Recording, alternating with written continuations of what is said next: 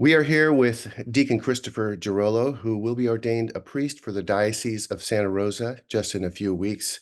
We're here to touch base with him and ask him a few questions just to get to know him before he becomes one of the amazing priests of the Diocese of Santa Rosa. Deacon Christopher, tell us a little bit about how you began to hear the call to the vocation of priesthood. Certainly.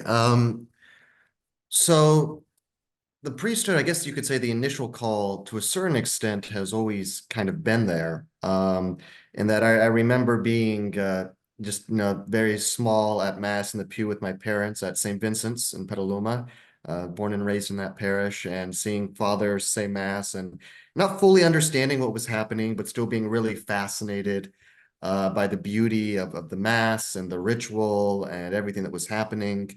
And so even at a very young age, I remember thinking, oh, I want to do that. I want to wear the cool robes. I want to be up there saying Mass. And so when I was really little, I would play Mass actually on the parents' coffee table, and I would take a bath towel and clip it with one of my mom's hairpins, and that would be my chasuble. uh, and at the time, I was small enough that it was big enough to feel like a real chasuble. Yeah, you're going Uh, all in. yeah. So I was all ready to go. So Were I there was any Necco wafers involved? there were tostada chips. Tostada chips. So that was my Ah, host, and yeah, then I would give communion, yeah, to my yeah. parents. My parents were very supportive of my Yeah. young fantasies of being a priest, and they always thought it was a beautiful thing. Mhm. As you know, I got older. Being a priest was still something I wanted to do, but of course, little kids, they've got 10 things they wanted to do. So, it was kind of one thing on a list of Right. 10 other things. I don't even remember what all they were. Mhm. When I got into middle school age, I won't say that it went away, but I did kind of distance myself a bit from the idea. Just because I think at that age, you're still a kid, but you're starting to try to outgrow, childhood a little bit. And so my mind being a priest was somewhat of a childhood dream. And I think classmates were kind of putting me in a box as sort of the religious kid. And when you're middle Thing. school age, you never want to be put in a box. Yeah, no kidding. Yeah. Yeah, you want to kind of establish your own identity. You don't want other people to tell you. And so there's a little bit of a resistance to the idea, and so I kind of put it aside for a little bit and thought, well, maybe I'll explore some other options. And we'll think about, maybe God calls me to be a priest, sure, but I don't think He's actually calling me to be a priest. But kind of what I started doing during those years, middle school and then into high school. Mhm. Uh, I was still serving Mass. I started altar serving when I was 5 years old, Wow. actually, very young. And so, I was still going to Mass every Sunday. I was still serving, but I wasn't really involving the Lord anymore in the Mm, conversations about what I was going to do with my life. Because, interesting. I went to St. Vincent's Elementary School and then into St. Vincent's High School. And so being, college preparatory schools, there's, a lot of pressure even early on to think about long term what you're going to do. And so what I would be doing at that time, kind of in prayer, is I would sort of form my own plans of what I wanted to do with my life. And then I would go to God, like at Sunday Mass or whatever, and I'd say, okay, Lord, this is what I want to do. Is this what you want me to do? Because it's what I want me to do. So I think you want me to do this. Okay, good talk. Thanks. And, so I would kind of put myself Oh, into that's this, great. mental pretzel Uh-huh. whereby I kind of projected my own desires onto God and convinced myself that I was still being the good, upstanding altar boy, Yeah. was always doing God's will. Mhm. When in reality, I was pursuing my own path. But it didn't really make for a very peaceful, very happy interior life that I Mm. felt there's a lack of peace at that time. And I knew something was off, something was missing. Um, and um, and for the life of me, I couldn't quite put my finger on it. Now it seems obvious, but at the time, it was Yeah. not quite so obvious. Um, it was the very end of my freshman year of high school at St. Vincent's, probably maybe even around this time of year, actually, probably Mayish. Um, and I distinctly remember where I was walking down the halls of the high school, walking down through what was then senior hall, and kind of turning right where the library entrance is. And I remember it's kind of right at that point as I'm walking, and it kind of dawns on me that I haven't really been involving God in the conversation. I've been giving him lip service, but I haven't really brought him in. And by this point, I was pretty exasperated and kind of fed up with how, dissatisfied I was with things. And so at that point, I, very sincerely, but probably with a lot of exasperation, just kind of said, well, okay, Lord, what do you want me to do then? Okay, so if let's hear it then. What do you want? It may not have been, the most pious way to say it, but it was sincere. I Hmm. was Yeah. sincerely asking the Lord Wow. for any kind of guidance or direction. And, and this is where it's hard to describe, I think anyone who's had a profound religious experience will understand that it's hard to describe, but it was like a voice without a voice that came from within, but was not from me. And I know that's all contradictory, but I mean, how do you describe the operations of the divine, right? Yeah. That's But pretty good. Yeah. yeah, I'm trying. Yeah. There's 9 years of theology before you get to that. Yeah. But this voice that was not a voice said to me, become a priest. And when I heard that, it was like immediately this weight was lifted from my shoulders. It's like my mind cleared. I had this feeling of deep peace, deep joy. Thankfully the hallway was empty at the time, and I'm grateful for that because I imagine I probably had this big stupid grin on my face as I'm walking down the hallway. I probably looked insane. I don't, but nonetheless, I didn't care because I just had this profound experience. A few days later, um, I decided to walk home from school to the church because the church was on my way home, and they had adoration at that time.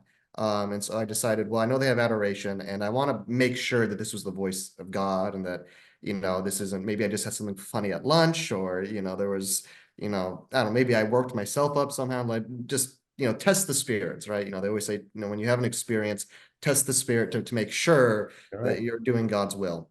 That's right. So that's what I did. I walked home from St. Vincent's High School to St. Vincent's Parish, the church. And I was there in the pew, and I said, well, okay, Lord, I'm willing to do this if this was what you want, but I need to be sure. Mhm. And so after sitting there for a few minutes, I thought to myself, well, why don't I, meditate on the scriptures? So I took one of those little pew missals they have, and I opened up to what I think was that coming Sunday. So it's not like I just opened to a random passage, but I opened up the pew missal to that coming Sunday. And I remember the responsorial psalm was, "You are a priest forever, like Melchizedek of old." I was like, oh, okay, well, it's pretty clear. Yeah. Pretty clear. Yeah. It's hard to Yeah. argue with that. Right. Right. You're not going just any sign, anything. Yeah. Yeah, yeah. I mean, it's short of God coming down himself and Yeah. telling me, that's about Beautiful. as clear as you can get. Well, what a beautiful thing. Were you baptized at St. Vincent's in Petaluma? Actually, I was not. I was born and raised in that parish my whole life, Yeah. but my parents took me down to my mother's parish in LA to have me baptized. Oh, isn't that? Yeah, that's kind of a thing. Yes. Well, I'm just saying, but by the way, so many the whole font of the sacraments for you was Saint Vincent de Paul in Petaluma. Such a beautiful thing. It's like getting married in your own, your own parish. It's a beautiful thing, powerful, and very, very encouraging.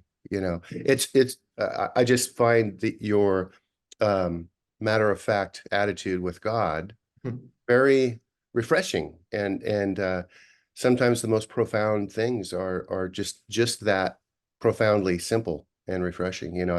So thank you. Thank you so much for sharing that.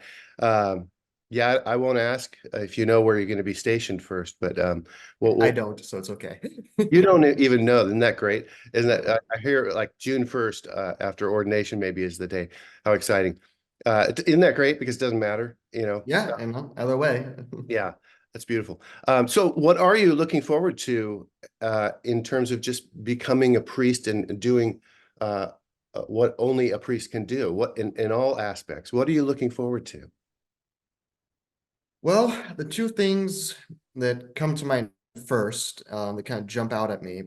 First of all, saying mass. Mhm. Like I mentioned, I've been an altar boy since I was 5, and I've always been fascinated by the mass. So there's always been a part of me that's loved the mass, that's loved the liturgy, Mhm. that loves learning about it. That I've loved serving it all these years. Being able to be a deacon at mass has been a wonderful experience. But to be able to actually kind of cross that line all the way, and be able to actually celebrate mass and to hold the body of our Lord in my hands and to be able to distribute the body of the Lord, not just as a Eucharistic minister, but as the one who actually consecrated these hosts here. Um, I can only imagine, but I imagine it will be a very powerful experience, because I've always loved the Mass. I've always loved the liturgy. Mhm. The other thing, is probably hearing confessions. Mhm. Not because I want all the gossip, but because I have taken a lot of consolation in confession over the years, and that being able to go to confession and to get things off my chest, to receive counsel, to receive forgiveness, it's been a beautiful thing for me, and I really want to be able to bring that to others, to offer that to others. And I'm aware that it's also a very important thing a priest does, in that it carries a lot of weight with it. Mhm. But I'm excited to take that challenge on, just because I think it is a vitally important thing. It's a very beautiful thing. It's something that's really unique to our church, Mhm. and I suppose to the Orthodox churches as well. But it's not seen in all Christian churches, Yeah. and so I'm very much looking forward to that. Mhm. Wonderful. And just I would imagine coming from a great, from a good Catholic family, um, understanding all of the ups and downs of family life, you being available to families in your parish or wherever you're stationed. I would imagine my bet is that's going to be a really beautiful thing. Just to be there, literally as a priest, your persona Christi, your presence brings so much comfort to families, especially when they're going through a challenging time. Yeah, I'd say, and it's a two-way street too, because Mm. even in my experience as a seminarian and as a deacon, and the time I've spent as a parish, there's, few things are more inspiring to me than good Catholic families. Mhm. And when you see a Catholic family coming to mass, a couple coming to mass, or the kids are coming to mass, and they're there, and you see them every Sunday, that's a very inspiring thing to see, and it's a very encouraging thing, to see. So just know that even on the other side of the altar, we Right. also very much appreciate Catholic families as well. Oh, that's beautiful. Yeah, beautiful point. So what is your hope for the Diocese of Santa Rosa? I mean, do you have just inspirations, dreams, hopes as you look out into the mission field? The mission field, yes. Yes, our diocese certainly is it's a very beautiful diocese. It can be very challenging when we're kind of spread out all the way up north. Well, first of all, I would like to help promote more vocations in the diocese. We have a good diocese and a good presbyterate, but we don't have enough seminarians to keep replenishing Mm. our presbyterate at the moment. And the seminarians we have are solid, but we need more of them. Right. Um, Yeah. and yeah. And so, one of the things I would like to do wherever I am is to kind of keep my vocation antennas up and to see, what young men might, be open to this, and seeing if maybe I can connect with them, form a relationship with them and help them to discern that possibility. Because I think there's probably a lot of, young people who have the call, but just don't know how to listen to it. Mm.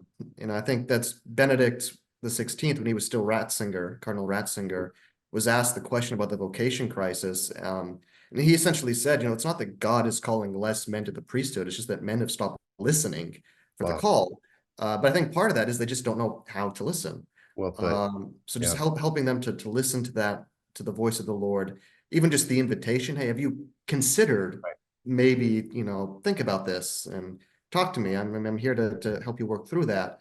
And so I would hope to, help to increase vocations for our diocese. Yeah, it's great. Father John Ploss, we had a little touch base interview that we're going to be just dripping out on social media and the website.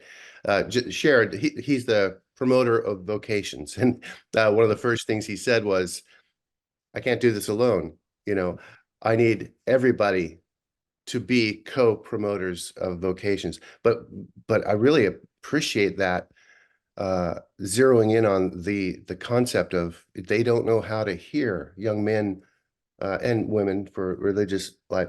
They don't they don't know that they can hear it, the Lord walking with them and inviting them to the full gift of their lives and a choice, whether it's marriage or priesthood, but that's nice. Appreciate that.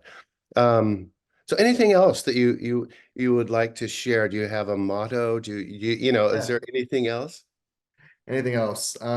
Catchy slogan, I wish, but thankfully I'm not trying to brand myself, so I don't have a slogan. No need. You're Yeah. done. Well, I say I've been a native son of the diocese my whole life. I've grown up here. I've done my sacraments here. I've studied for the diocese for many, many years, and my life's goal has been to be a priest, and even more specifically, to be a priest for the Diocese of Santa Rosa. And so, as I head into ordination, wherever, I go over, the rest of my life, this is, I think, why God put me here. And I am very excited to be of service to the diocese. And I look forward to my time as a priest. And, I hope that those who view this interview will mercifully pray for me as well so that I can serve you better. Well put. Thank you, Deacon Christopher Girolo, soon to be Father Christopher Girolo in a couple weeks on June 1st.